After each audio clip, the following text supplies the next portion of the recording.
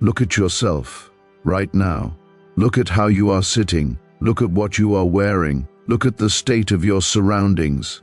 Because everything you see is broadcasting a message to the world. A message you did not write. A message you do not control.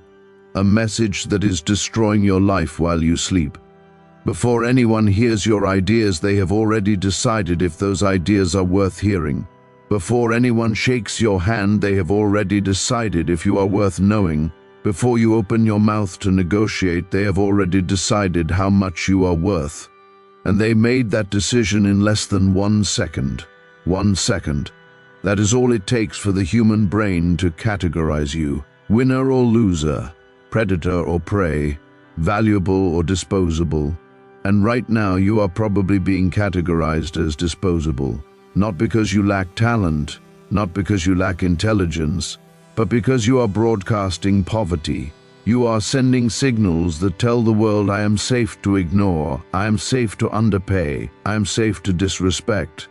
And the most terrifying part is you do not even know you are sending them. What I am about to show you will make you uncomfortable. It will make you angry. It might make you defensive. Because I am going to dissect every single way you are sabotaging yourself through signals you cannot see. And once you see them, you will understand why everything has been working against you. Why doors close before you reach them. Why opportunities vanish before you can grab them. Why people who are less capable than you keep getting chosen while you get passed over. This is the invisible war, and you have been losing it your entire life. Here is the brutal truth that nobody wants to admit. Humans are not rational creatures who make fair judgments based on merit. Humans are pattern recognition machines running on ancient software. Our ancestors survived by making instant judgments. Is this person a threat? Is this person useful? Is this person part of my tribe or an outsider? Those judgments had to happen in milliseconds because hesitation meant death. That software is still running right now in every person you meet. They are not evaluating your resume. They are not calculating your IQ. They are running a biological threat assessment based entirely on what they see. And what they see determines everything that happens next. When you look diminished, you trigger something primal in others. You activate the predator response. Not because people are evil, because people are animals. And animals have been programmed by millions of years of evolution to identify weakness and exploit it. The wolf does not feel guilty about eating the limping deer. It does not hold a committee meeting to discuss whether the deer deserves a chance. It sees the limp and it attacks. Human society operates on the same principle. We have just replaced teeth with contracts. We have replaced claws with pricing. We have replaced the kill with the exclusion. When you broadcast poverty, you are limping. You are telling every predator in the room that you have no protection, no allies, no resources, no ability to fight back. And in that moment, you become the safest target in the room. The person it cost nothing to cheat. The person it cost nothing to underpay. The person it cost nothing to discard. I call this the vulnerability broadcast. And most people are transmitting it constantly without any awareness. Let me show you what this looks like in practice. Two people walk into the same meeting. Same skills, same experience, same potential value. The first person enters with shoulders rounded forward, eyes scanning the room nervously looking for threats, clothes that fit poorly, shoes that have not been polished in months, a phone with a cracked screen visible in their hand. They sit down quickly as if trying to take up as little space as possible. They smile too much. They laugh at jokes that are not funny. They speak quickly as if afraid their time will be taken away. The second person enters slowly, shoulders back, eyes steady, clothes that fit precisely, not expensive necessarily, but maintained, clean, sharp. They pause at the doorway for a moment, surveying the room as if deciding whether it is worth their time. They sit down and take up space naturally. They do not smile unless something genuinely amuses them. They speak slowly with pauses that make people lean in to hear what comes next. Who gets the contract? Who gets the promotion? Who gets the respect? You already know the answer. And it has nothing to do with competence. It has everything to do with signals. The first person signaled scarcity, need, desperation. Their body language screamed, "Please give me a chance." And that scream repels opportunities like a force field, because nobody wants to invest in someone who looks like they are drowning. Drowning people pull you under. The second person signaled abundance, options, indifference to outcome. Their presence said, "I am here because I am evaluating whether you are worth my time," and that energy attracts opportunities like gravity. This is not theory, this is physics, social physics that governs every interaction you will ever have. Now let me show you something that will change how you see the world. There is a phenomenon called the horn effect. It is the dark mirror of the halo effect. When someone has one positive trait, we assume all their traits are positive. That is the halo. When someone has one negative trait, we assume all their traits are negative. That is the horn. If your shoes are scuffed, people do not just think he does not take care of his shoes, they think he does not take care of anything. He is probably disorganized, he probably misses deadlines, he probably cannot be trusted with important work. One signal of disorder becomes proof of total disorder in the mind of the observer. This is not fair. But fairness is a concept invented by people who do not understand how the world actually operates. Your appearance is a proxy for everything about you. If you cannot maintain the fabric on your back, why would anyone believe you can maintain a project? If you cannot control the chaos of your own image, why would anyone believe you can control a team? The visual is the proof, and you are providing evidence against yourself every single day. Think about this carefully. Every wrinkle in your shirt is a testimony against your discipline. Every scuff on your shoe is evidence of neglect. Every stain is a confession of chaos. You are walking into courtrooms every day where you are being judged, and you are handing the prosecution everything they need to convict you. And then you wonder why the verdict always goes against you. I need you to understand the economics of perception. Money flows to those who look like they do not need it. This sounds insane until you realize why it happens. When you look like you need money, you look like a cost, an expense, a risk. When you look like you already have money, you look like an investment, an opportunity, a safe bet. Go to any bank. Ask for a loan while radiating desperation. Watch what happens. The terms get worse. The interest rates climb. The scrutiny intensifies. They can smell the need on you, and need repels resources. Now watch what happens when someone walks in looking like they have options. Looking like this meeting is one of several they have scheduled today. Looking like they do not actually need this particular loan because they have other paths forward. The vault opens, the terms soften, the handshake gets warmer, because that person looks like a winner, and everybody wants to be associated with winners. This is the paradox that keeps the poor poor and makes the rich richer. Resources flow uphill toward those who appear to already have them. If you look hungry, you will be starved. If you look full, you will be fed until you burst. The universe is not fair. It is reflective. It gives you more of what you appear to already possess. This is why the advice to fake it till you make it is not vanity. It is survival strategy. It is the recognition that perception precedes reality, that you must look like what you want to become before you are allowed to become it. Here is where it gets darker. When you look poor, you lose your deterrence. Deterrence is what makes predators hesitate. It is the uncertainty about whether attacking you will cost them something. A man in a sharp suit might have lawyers, might have connections, might have the ability to destroy a reputation with a single phone call. That uncertainty creates hesitation, and hesitation is often all you need to survive. But when you look like you have nothing, the calculation changes. There is no uncertainty. You obviously have no lawyers, you obviously have no powerful friends. You obviously cannot fight back. The attack becomes free. This is why the poor are overcharged for everything. Not because merchants are uniquely evil, because merchants are rational. They charge what they can get away with, and when you look like you cannot fight back, they can get away with more. I have watched brilliant people get destroyed because they did not understand this. They thought their work would speak for itself. They thought their loyalty would be rewarded.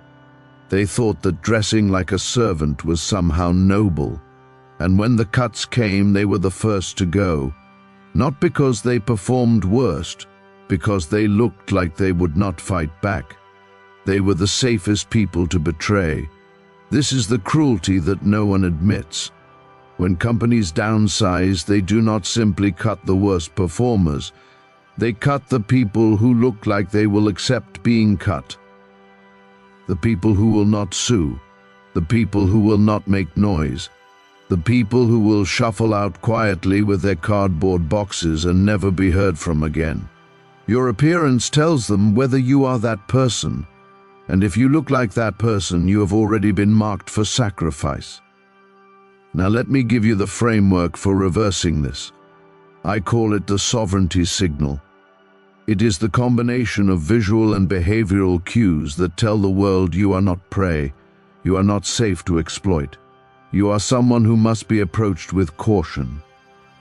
The first element is maintenance. Not expense, maintenance. A cheap shirt that is clean pressed and fitted precisely signals more wealth than an expensive shirt that is wrinkled and stained. Wealth is not about the price tag. Wealth is about the discipline to maintain what you have. When you are maintained, you signal that you have control over the entropy of your life. And control is the ultimate status symbol. Polish your shoes, it costs nothing but time. Iron your clothes, it costs nothing but effort. Keep your nails clean, keep your hair sharp, keep everything about you tight. These are investments of will, not money, and they pay dividends in perception that you cannot calculate. Look at your phone right now. Is the screen cracked? A cracked screen is a poverty siren. It screams, I broke something and I cannot afford to fix it, so I have accepted living with broken things. That acceptance is the real poverty. Not the crack itself, but the tolerance of the crack. Fix it or hide it, but do not display your tolerance for brokenness, because that tolerance will spread to every area of your life. The second element is space. Poor people compress themselves. They sit in corners, they hunch forward, they cross their arms as if protecting themselves from attack. They apologize for existing. Rich people expand. They take up space as if they own it, because in their mind they do. They sit back, they spread out, they move slowly as if time belongs to them. Watch how you move through the world. Are you rushing as if your time is not your own? Are you squeezing yourself into gaps as if you do not deserve room? Every movement is a signal. Make your movements deliberate, make them slow, make them communicate that you are not paid by the hour, that you have nowhere more important to be than exactly where you are. When you rush, you tell the world that your time is not valuable, that you are always running to meet someone else's schedule, that you are a servant of the clock rather than its master. Slow down, not lazily, deliberately. Move like every step is exactly where you intended to place it. Move like you are never late, because the meeting does not start until you arrive. The third element is silence. This is the one that separates amateurs from masters. Poor people are noisy. They fill every silence because silence makes them anxious. They reveal too much. They explain too much. They talk about their problems as if confession will earn them sympathy. It earns them contempt. Powerful people are quiet. They speak rarely. They reveal nothing. They let silences stretch until others rush to fill them with concessions and information. When you are silent, you become a blank canvas. People project their fantasies onto you. They assume you know something they do not. They assume you are judging them, and in their insecurity they try to impress you. This is the power inversion. By saying nothing, you force them to perform for you. But the moment you start complaining about your problems or revealing your weaknesses, the spell breaks. You become common. You become one of them. And you do not want to be one of them. Watch what you say about yourself. Every complaint is a confession of powerlessness. Every excuse is an admission of failure. Every revelation of struggle is ammunition handed to people who may one day use it against you. The powerful never complain. They never explain. They simply act and let others scramble to interpret their silence. The fourth element is the eyes.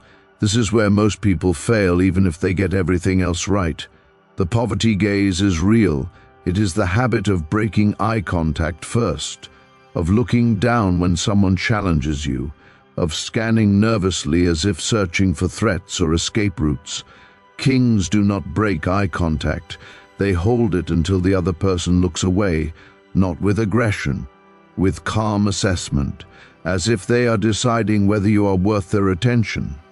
Train yourself to hold eye contact 2 seconds longer than feels comfortable. It will feel aggressive at first. It is not. It is simply what confident people do naturally. It communicates that you are not afraid of scrutiny, that you have nothing to hide, that you are evaluating them as much as they are evaluating you. Your eyes tell people whether you believe you belong. If your eyes dart and flee, they know you feel like an imposter. If your eyes hold steady, they assume you have been in rooms like this 1,000 times, that this is nothing new, that you are exactly where you are supposed to be. The eyes cannot lie, so you must train them to tell the truth you want told. The fifth element is curated association. This one hurts to hear. The people you are seen with affect how you are perceived. If you walk into a room surrounded by people who look defeated, you are painted with the same brush. If you walk in surrounded by people who look powerful, you borrow their credibility. This is why social climbers fight to be in photographs with successful people. The image transfers value. You do not have to abandon your old friends, but you must understand optics. When you are in environments where perception matters, you must be strategic about who stands beside you. Birds of a feather flock together. If your flock looks poor, you look poor. This requires a certain hardness, a willingness to compartmentalize your life. Your childhood friends may not be the people you bring to the business dinner. Your family may not be the people you introduce to your investors. This is not cruelty. This is clarity. You are not abandoning anyone.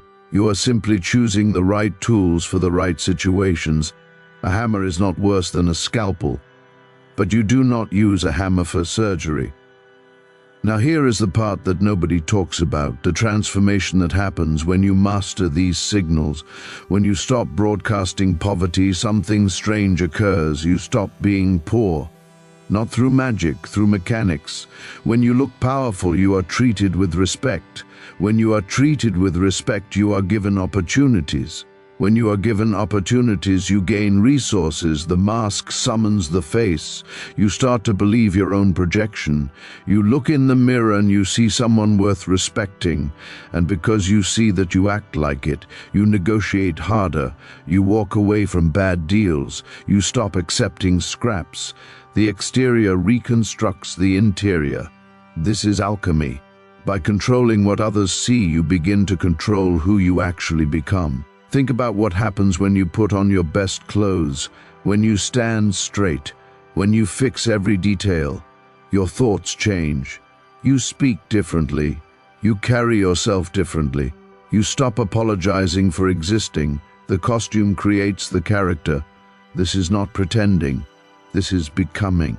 Every actor knows that the costume changes the performance. Put a man in a crown and he begins to walk like a king. Put him in rags and he begins to shuffle like a beggar. You are always wearing a costume. The only question is whether you chose it deliberately or let it be chosen for you by default, by laziness, by the lie that appearances do not matter. Most people wait to feel confident before they look confident. This is backwards.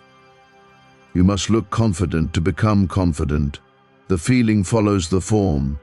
The powerful do not wait for permission. They act as if they already have it. And the world, which is desperate for leadership, arranges itself around their certainty. Every morning you are casting yourself in a role. You are choosing your costume. You are deciding whether to play the victim or the victor, the extra or the protagonist, the servant or the sovereign. Most people sleepwalk into the costume of the defeated and then wonder why their life feels like a tragedy. The judgment is happening whether you participate or not. Every pair of eyes that lands on you is running the assessment. Winner or loser, predator or prey, worth investing in or safe to ignore.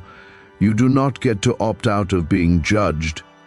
You only get to decide what verdict you make easy for them to reach. So let me ask you directly, what verdict are you making easy right now? Look at yourself. Look at your surroundings. Look at the details you have been neglecting because you told yourself they do not matter. They matter. They are the only thing that matters in that first second when doors either open or close. The irony is that most people spend years developing skills that never get seen. They build expertise that never gets used. They accumulate knowledge that never gets heard because they failed the 1-second tests. They were dismissed before they could demonstrate anything. All that preparation wasted because they could not be bothered to prepare the one thing that actually gets evaluated first. Do not be that person. Do not let years of work be invisible because you refuse to accept the rules of the game. You can disagree with the rules, you can wish they were different, but while you are wishing, the game continues, and the people who accept reality keep winning while the people who argue with it keep losing. You now understand the invisible war. You understand that you have been fighting it your entire life without knowing the rules, without knowing that you are even on a battlefield.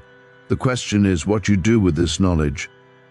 Most people will watch this and nod and then change nothing. They will tell themselves that they are above caring about appearances, that they are authentic, that the right people will see their value eventually. These people will stay invisible. They will stay underpaid. They will keep wondering why life seems harder for them than for others who are less talented. But you are different. I know because you are still here. Most people clicked away when I told them they were broadcasting poverty. Most people do not want to hear that they are sabotaging themselves. You stayed. That tells me something about you. You are ready to stop being prey. You are ready to start sending different signals. You are ready to walk into rooms and change the temperature instead of checking whether you are allowed to be there. This was the diagnosis, the identification of the disease that has been draining your life without your knowledge. But diagnosis is just the beginning. There are specific techniques for rewiring how you are perceived, specific methods for projecting power before you possess it, specific ways to make the world rearrange itself around your presence. If you want to see those techniques, subscribe and turn on notifications. Every video on this channel is designed to give you another weapon, another key, another piece of the map that nobody gave you. Most people will not subscribe. They will close this video and scroll to something comfortable, something that does not challenge them, something that lets them stay asleep. That is fine. They were never going to make it anyway, but you stayed. So do it now, subscribe, and I will see you in the next video where we go deeper. This is not the end. This is the awakening.